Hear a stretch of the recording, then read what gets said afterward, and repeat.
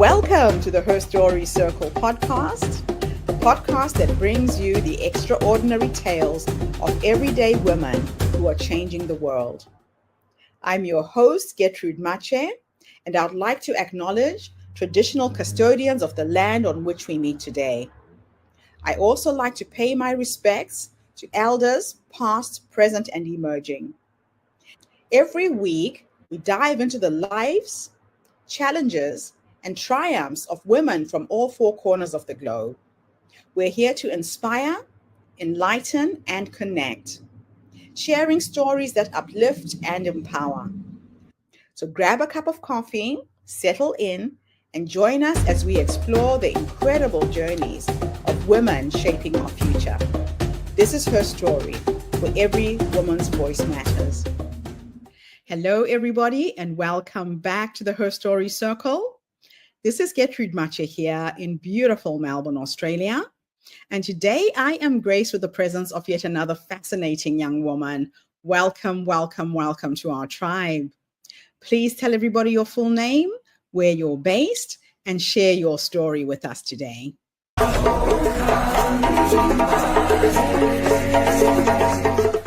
Well, hello, my name is Natalie Moore and I am also based in beautiful Melbourne, which is the sun is shining today, so that is always nice.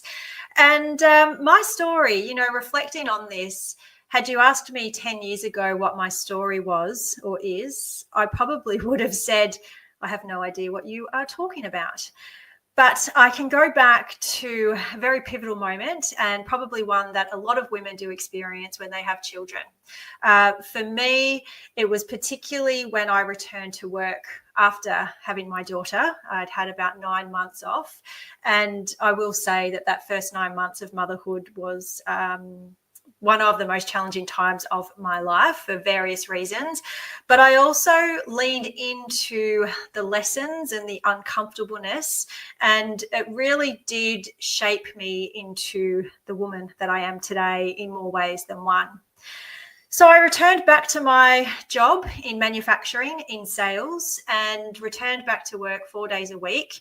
And I often talk about that I was one stressed mess the entire year of 2015. I remember constantly being in tears, feeling that guilt of going to work and leaving my daughter in care, or when she was sick, not being able to go to work. And it was just this constant cycle of going to work, coming home, completely stressed, overwhelmed, just on that constant hamster wheel. And it was probably a few months in that I just had this yearning feeling in the pit of my stomach telling me that there has to be more to life than this constant wheel of just stress and overwhelm and lack of presence. And I yearned for something. I equally felt a lot of guilt at that same time because here I had this beautiful family, this beautiful baby girl, and I just felt so disconnected from myself, did not know who I was. Everyone was calling me mum, which was beautiful at the same time, but in every conversation, I was just always referred to as mum. So really had that loss of self. And it was actually my running. So I was a keen marathon runner and still am. And I'd always had this desire of starting my own business, but I actually had no idea in what. I'd studied business and just thought that somewhere down the track I would have my own business. And I had a bit of an epiphany in the bathroom of my workplace at that time. And I just remember standing there looking in the mirror and just saying, please, God, give me a sign that there is something else out there for me. Left the bathroom, went to my computer, just happened to jump on my computer and do some Googling. And lo and behold, this subscription box popped up. And it was ultimately in that very finite moment that I come up with this idea to start my own business, a subscription box for runners. I loved running. I loved talking to people about running. I loved motivating people to run.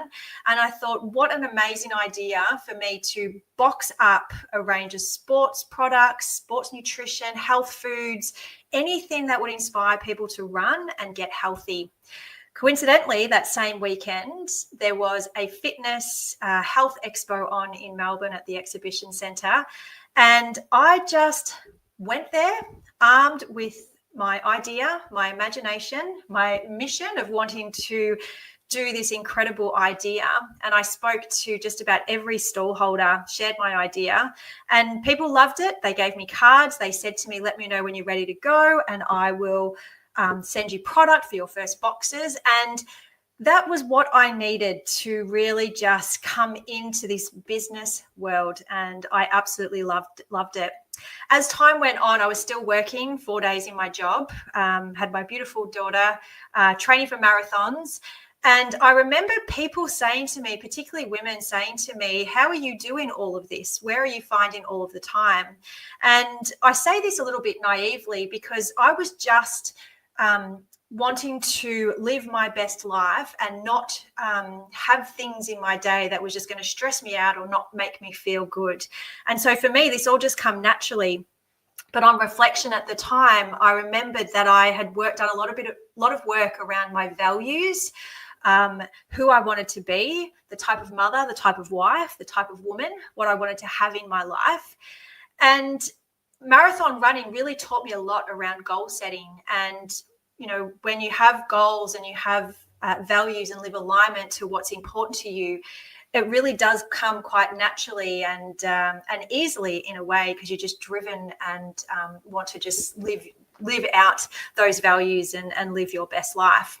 So that's where I was introduced to goal setting and coaching, and studied coaching and started to teach other people to set their goals and live their best life. And again, that was just another part of my career that just lifted me up so very much. I went on to sell my running Fitbox business and continued on coaching. And then a few years later, I had by chance met a woman who was a friend of a family member, who very well aligned, like-minded in the health and wellbeing space. And we formed this business together called Own Your Health Collective. And we formed in 2020.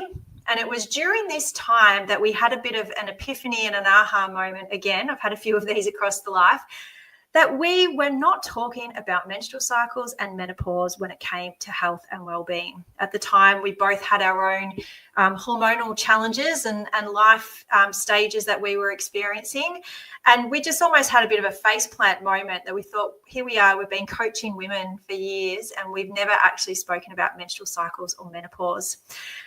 And so this journey of where I am today in educating girls and women about the power that is their body.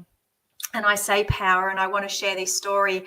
Recently, have started educating and talking very in-depthly with my daughter about her body and menstrual cycles. And the first thing I said to her was that I want you to know that your body is so powerful and so beautiful. And the reason I started with that is because when we started this work back in 2020, we unearthed an ingrained and generational taboo and stigma, shame, embarrassment, guilt, judgment that women had about their bodies, their cycles, and their phases.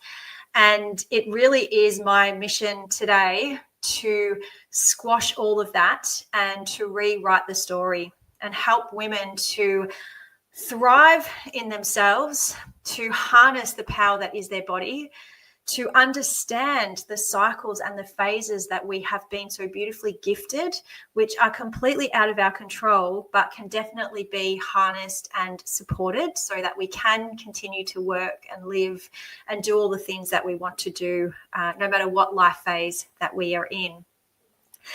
So that is the work that we do today. We also support women around lifestyle and health and well-being and really getting the best out of themselves, whilst also ultimately living their best life. And as I reflect on the 10 years of being a business owner, that is the thing that has really kept me going, that there's this insatiable desire and need of women to just want to live their best life. And as I talk through this story, there's one very powerful quote that came to me in the very early days of doing my own self-discovery work. And it was that our energy flows where our attention goes. And this is one quote that has followed me and stayed with me over the last 10 years and just reminds me how powerful our mind is, how powerful our body is, our heart, our gut, that when we can energetically come into or focus on what it is that we want to have in our life or do or be part of, that our attention naturally goes there.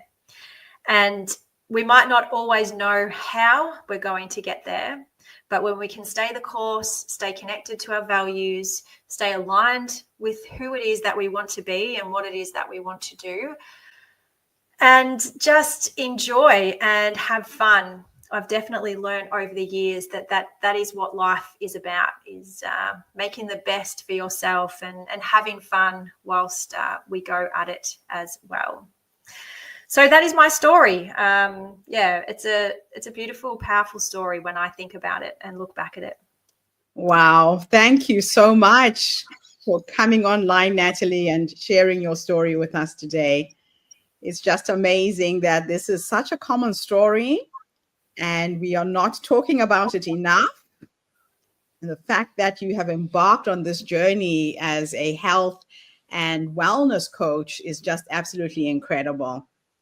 Very, very inspiring. Now, let's start off with how has your personal experience as a marathon runner and a yoga practitioner influenced your approach to health and wellness? Oh, my marathon running has just been such a catalyst for me over my entire life. Well, from my mid-20s. So I never really did sport as a kid and discovered running in my mid-20s. Never thought a marathon was going to be on my radar, but I've since run 7 and an ultra marathon. And it just introduced me to this world of goal setting, understanding and living to your values, and just recognizing that there's no limit to what we can do. And, physically, we might not be able to do some things and we've got to train, but it really starts in the mind, and it really starts with, what it is that you want to do and going after it and not necessarily knowing how, just taking one step forward. Yeah, they say that the journey of 1,000 steps begins with the first step. And sometimes you just have to start somewhere, even if you're not sure exactly where you're going. Most definitely. So what does owning your health mean to you? And how do you encourage others to embrace this philosophy? Yeah, well, the reason we named our business Own Your Health is because we were seeing far too many people being caught up with the different fads, the trends, just this quick fix mentality. And my business partner and I just had many conversations that we just wanted to make healthy simple again and help people recognize that they have got that toolkit within them. I often call it those internal resources. And we just have to know how to tap into it. And when we talk about internal resources, we talk about our physical, our mental, emotional, and our spiritual health. Yes. And that ultimately makes us who we are and transcends into the self.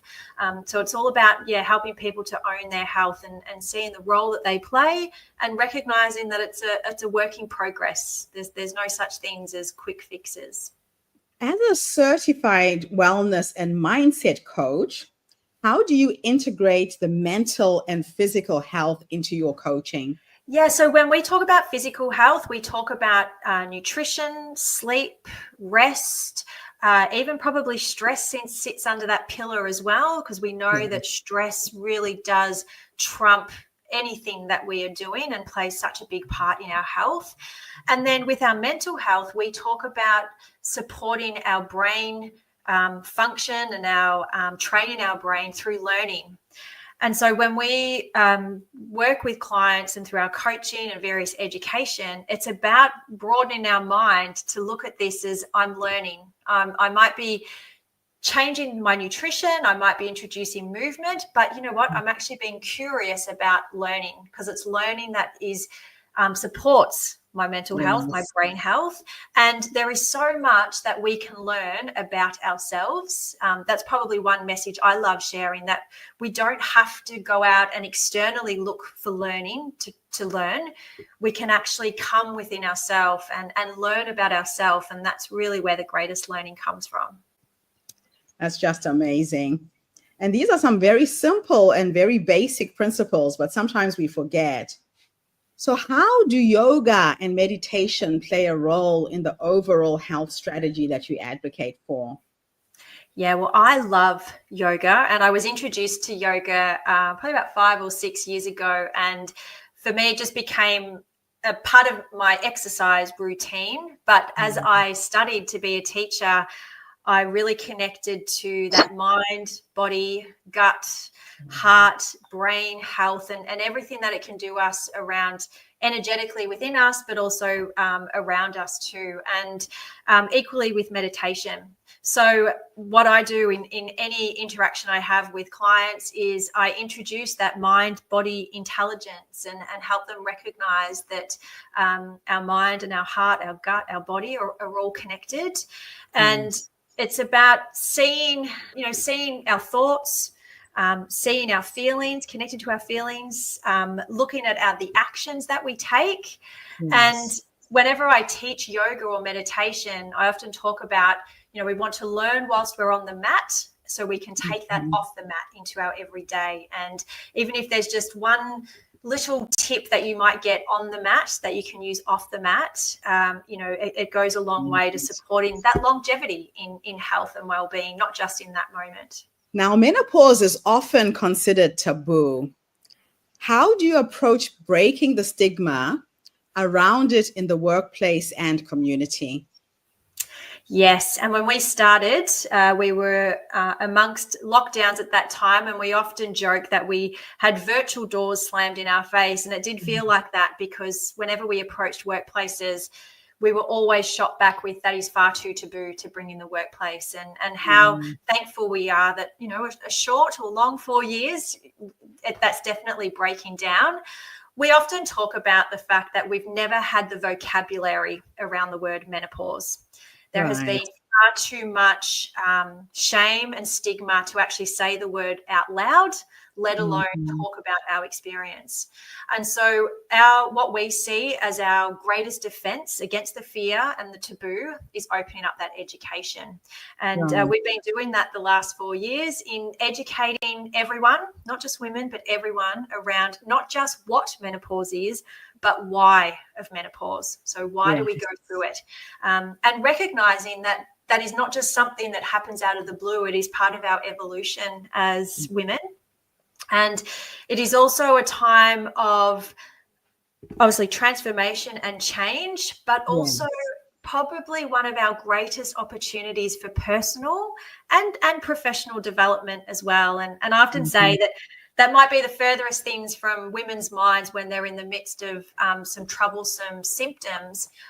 But when you speak to women on the other side of menopause, the learning and the connection that they have developed within themselves through that process has really been profound.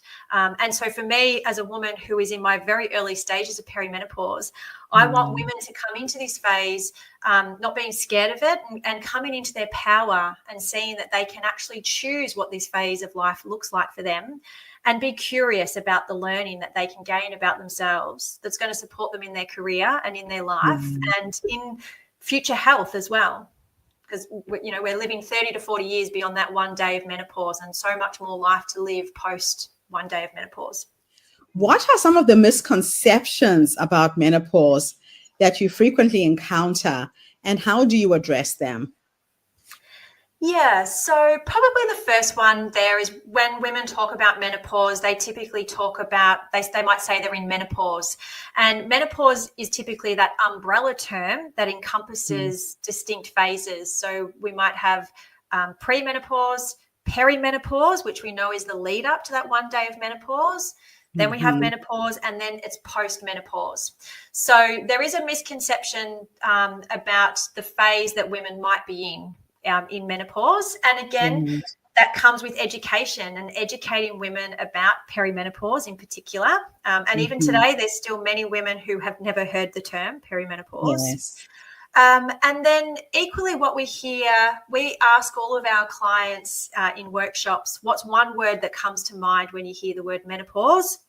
And we always hear hot flushes and getting old. And I think, again, not taking away from the experiences of women around hot flushes and some symptoms, but there's 35 plus symptoms of menopause, and not every woman will experience hot flushes. And menopause isn't, just for older women. We're seeing women in their mid to late 30s starting perimenopause. I'm 42, definitely have started. And so there's that misconception around, well, I'm old and I'm indispensable. And again, it's really about educating and helping others to really recognize the power of their mind and their thoughts, and connecting that with their body, and giving them the opportunity to say, no, this is what this phase is going to look like for me. This is how I'm going to move through it and come out the other side. So how do you tailor your programs to meet the unique needs of women at different stages of their lives? Yeah, so we offer a keynote or, company-wide education. But what we also offer is that coaching element as well, and the more tailored support. So there might be specific coaching or support that women through their menstrual years might need some support with. There might be spin-off smaller group coaching sessions for women in the perimenopause phases, and working with them around how they can support their lifestyle health and well-being. Also looking at working with leaders within organizations, again, whether that's a male manager or female manager, to understand how do we bring a level of comfortableness when we've got two sides. So the woman who is menopausal and the manager on the other side equally feeling very uncomfortable to talk about it. So how do we create that divide and create those courageous conversations, and really looking at what angle different businesses might be coming at. Some other things is, developing that community element. We've got an online community, as well as even bringing in ambassadors. So training women to be ambassadors as well, so that there's people within the organization that others can go to and feel comfortable in connecting with. That's fantastic.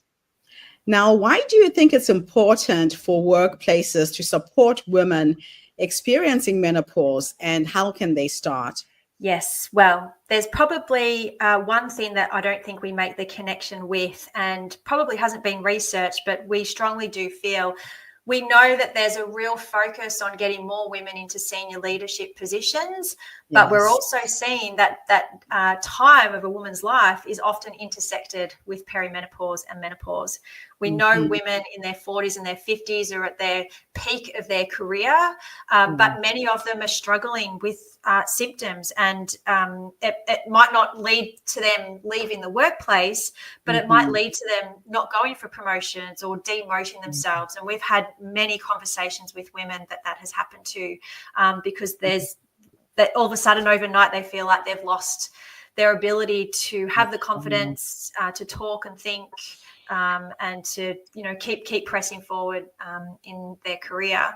So there's a real opportunity here for workplaces to bring this awareness and this support so that we can keep women thriving in the workplace. We can keep them in their careers, keep working to get more women in senior leadership positions, but also, if the younger generation are not seeing these women in these senior leadership positions, then they're not going to feel like they've got any hope of reaching those positions either. We also know that as women get older in their career, there's that real focus on mentorship and wanting to support women.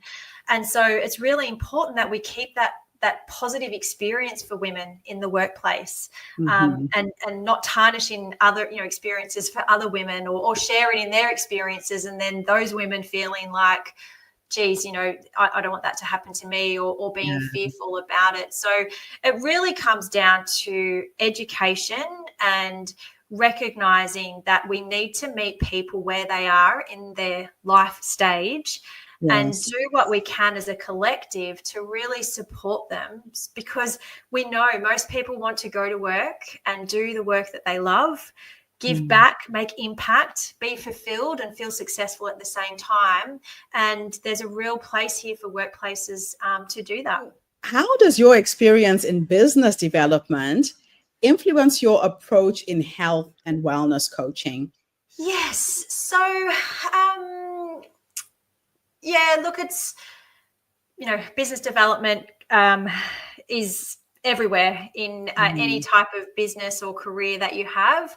What we've found in health and wellness coaching as coaches and as business owners, that there's been a lot of education required to help support people understand what coaches do and the benefit of them as well.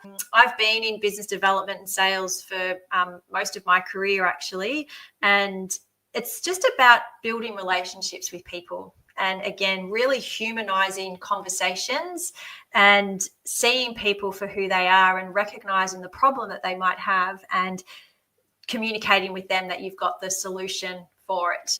And one other thing we're very passionate about is supporting people in business to look after their health and well-being. If there's one thing I've learned as a business owner, that we go full throttle because we're just driven so much by our mission and the impact that we want to make, that we can forego our own health at the same time. And so I believe that a business owner's health and well-being is probably the number one KPI that we want to achieve in business, because if we're not thriving in ourselves, our business isn't going to thrive either. So yeah, health and well-being in all facets of business and communicating with others has just become a big part of what I do in recognizing the need and the ongoing support for that. What trends are you seeing in the way of businesses on approaching employee wellness, and how does Own Your Health Collective fit in? Yes. So there's probably a bit of a bugbear of ours, and really the reason why we formed Own Your Health in the very early days is because we want to see health and wellbeing a core part of an organization. And we have seen for many, many years this tick and flick approach, which isn't really getting the results that we can be getting for individuals in workplaces. I think if, menopause and even life cycles that men go through highlights that there's different needs at different stages of life. And for a business, we need to be aware of, as I said before, meeting people where they're at and actually making real cultural change across the workplace so that people do feel like they are getting something out of health and well-being programs. Organizations spend a lot of money on different initiatives, but if they're not hitting the target or not really getting the results, we need to look at, doing things a little bit differently. So definitely eradicating the tick and flick and recognizing the needs of employees and what it is that's really going to help them to thrive in life. One thing we see, particularly as adults, we go through school, maybe university, and we've always got teachers there. We've always got mentors there, supporting us, and parents as well. But as we get older, that breaks away, and we tend to not go and seek that education so much or that support so much. And there's a place there for the workplace to really provide that and really make it tangible and very specific to individuals so that they can stay in the workplace and also ultimately, even if they choose to leave that workplace, reflect back on that experience and say, I worked here and it was a fantastic workplace, and creating that ripple effect for new people that might apply for a job at that particular organization. Yeah, real tailored wellbeing initiatives and a combination of them as well is really important. Yeah, that is crucial. Now, I'm going to end our interview with two questions that are a bit of a thought experiment. And I'm going to teleport you into the past. If time was an illusion and your past, your present, your future exist in the same timeline, and I can take you back to that young woman who was discovering who she truly was, discovering her body, trying to learn more about how she can empower other women. If you could go back and give her 3 nuggets of wisdom based on what life has taught you up until this point, what would those 3 nuggets of wisdom be? So I'm going to go back to my 14-year-old self, who had a moment with friends that wasn't very favorable and was quite a pivotal time for me in my young life. And I want to go back to that girl who was very, very upset and tell her that you've got this. keep being who you are and being true to yourself, and just keep taking one step forward after the other.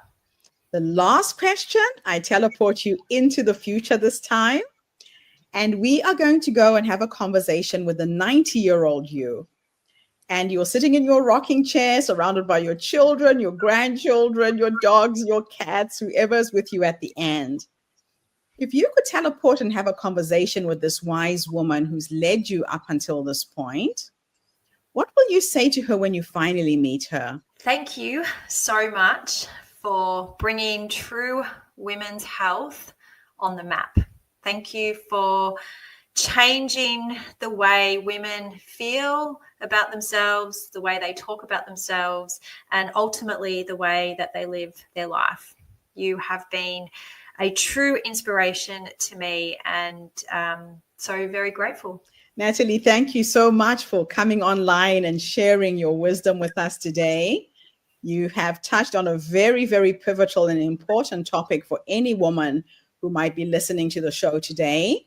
And you are helping us make it mainstream, make it a conversation that has no taboos, where we can talk to our daughters while they're younger. We help them to understand their own bodies. Thank you for your work. It's really needed. Thank you. Thank you so much for the opportunity to come and speak to you. It's been a pleasure. And thank you to everybody who's tuned in today. The Her Story Circle is not just a podcast. We are a social impact movement, and we bring you the stories and voices of women from all over the world. They share their stories to uplift you, energize you, educate you, empower you, but most importantly, to take you from where you are now to where you want to go. So tune in again tomorrow when I interview yet another amazing guest. In the meantime, have a fantastic day, morning, or evening, wherever you are in the world. And Natalie, thanks again for the interview. Thank you for tuning into the Her Story Circle podcast. I hope today's story has inspired you to believe in the power of our stories and the difference you can make in the world when you use your voice. I'm Gertrude Mache, and it's been an honor to share this space with you, where voices from all walks of life come together to weave a rich tapestry of diverse perspectives.